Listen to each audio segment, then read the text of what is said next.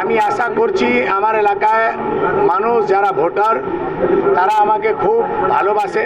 আমাকে 30 বছর ধরে রাজনীতিক ক্ষেত্রে দেখছে।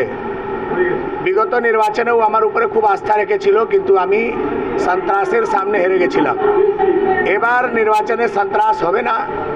উত্তর হাওড়ার মানুষের যা পাওনা, 70 বছর যে সুবিধা পাইনি, সেই সুবিধার জন্য আমার কাছে আশা করেছে।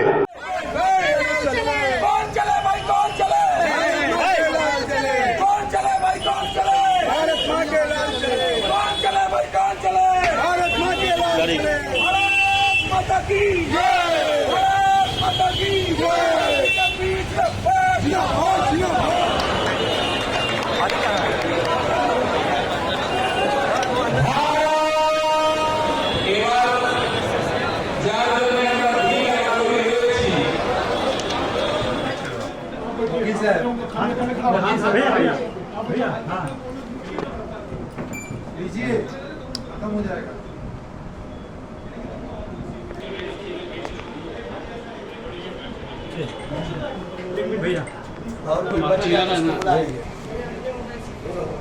কিছু মন্দিরে যেখানে আমার খুব আস্থা আছে, সেই মন্দিরে পুজো করার পর আমার যে দেবী দেবতা, আমার জনগণ, আমার এলাকায় ভোটার, সবার কাছে তার এলাকায় গিয়ে হাত জোড় করে সবার আশীর্বাদ নিয়ে আমি আজকে এসে এখানে নমিনেশন দিলাম। আমি আশা করছি আমার এলাকায় মানুষ যারা ভোটার তারা আমাকে খুব ভালোবাসে। আমাকে 30 বছর ধরে রাজনীতিক ক্ষেত্রে দেখছে। বিগত নির্বাচনেও আমার উপরে খুব আস্থা রেখেছিল, কিন্তু আমি সন্ত্রাসের সামনে হেরে গেছিলাম। এবার নির্বাচনে সন্ত্রাস হবে না। উত্তর হাওড়ার মানুষের যা পাওনা, 70 বছর যে সুবিধা পাইনি, সেই সুবিধার জন্য আমার কাছে আশা করেছে। আর আমি আমার পূর্ণ বিশ্বাস আছে যে আমার পার্টি পশ্চিমবাংলায় সরকার গড়লেই আমরা সবার আশা পূরণ করব। উত্তর হাওড়া মানুষের যা চাহিদা, সে চাহিদা পূরণ করতে পারবো। বিগত 15-20 দিন ধরে আমি লাগাতার মানুষের কাছে যাচ্ছি। উত্তর হাওড়ার মানুষ যে দুর্ভোগের জীবন ভুগছে, তার থেকে বাইরে বের করার, মানুষকে তার পরিষেবা দেওয়ার আমি চেষ্টা করব। আমার সরকার হলেই নিশ্চিতভাবে আমি তাদের আশা পূরণ করব। আজকে আমি নমিনেশন দিয়েছি, খুব ভালো করে যত ডকুমেন্টেশন সব আমরা আজকে জমা করে ইলেকশন কমিশনের কাছে দিয়েছি। এবার আবার আমি আমার জনগণের কাছে, দেবী দেবতা যারা ভাগ্য নির্ধারণ করবে তাদের কাছে এখন থেকে নিয়ে 27 তারিখ পর্যন্ত তাদের বাড়ি বাড়ি যাব, তাদের আশীর্বাদ প্রার্থনা করব।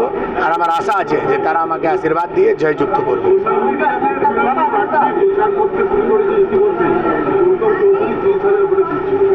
না না, উনি তো মানুষকে ভোট দিতে দেবেন না। এখন থেকে বাড়ি বাড়িতে গিয়ে লোক থ্রেট করছে, ভোটারদের হেড অফ দি ফ্যামিলির ছবি তুলে নিয়ে আসছে। উনি যদি মানুষের ভোটে জিততেন তাহলে ওনাকে বিল্ডিংয়ে তালা মারা, বম মারার দরকার কি ছিল? উনি 50,000-এও জিততে পারেন। যদি কাউকে ভোটই না দিতে দেবেন তাহলে উনি জিতবেন আর হারবেন কোথায় থেকে? উনি তো একটা ঘোষণাপত্রে দেখিয়েছেন যে উনি নাকি পুরো উত্তর হাওড়ায় পরিষ্কার পরিচ্ছন্ন করেছেন, ড্রেন পরিষ্কার সব কিছু করে ফেলেছেন। আর কালকে আধ ঘন্টা বৃষ্টি হয়েছে, উত্তর হাওড়ার 90% এরিয়া জলের মধ্যে ভেসে গেল। সেটাই ওনার রিপোর্ট কার্ড, সেটাই ওনার রিপোর্ট কার্ড। ওনার কালে রাস্তায় ভোরবেলা মার্ডার হয়, আর যারা মার্ডার করে তারা ওনার চেলা, যার মার্ডার হয় সে ওনার চেলা। পুরো উত্তর হাওড়াকে জঙ্গল রাজে পরিণত করেছে। অবৈধ নির্মাণ থেকে শুরু করে নেশার আড্ডা। সে মানুষ খুব ভালো করে জানে যে উনি কত ভোটে জিতবেন হারবেন, সেটা আমি তো বলতে পারবো না। মানুষ ভোট দিলে জিততে পারবে। লাস্ট ইলেকশনে ছাপ্পা ভোট মেরে, বম মেরে, লোকের বাড়িতে তালা বন্ধ করে 5,000 ভোটে জিতেছে। এবার 60,000 লোকের নাম বাদ গেছে। কার নামে ছাপ্পা মারবে? যাদের নামে ছাপ্পা মারবে তাদের নাম চলে গেছে যেখানে ওরা গেছে। এবার তৃণমূলের কাছে কোনো স্কোপ নেই। দূর দূর পর্যন্ত ভারতীয় জনতা পার্টির সঙ্গে ইলেকশনে কোনো লড়াইতে উত্তর হাওড়ায় তৃণমূল কংগ্রেস নেই।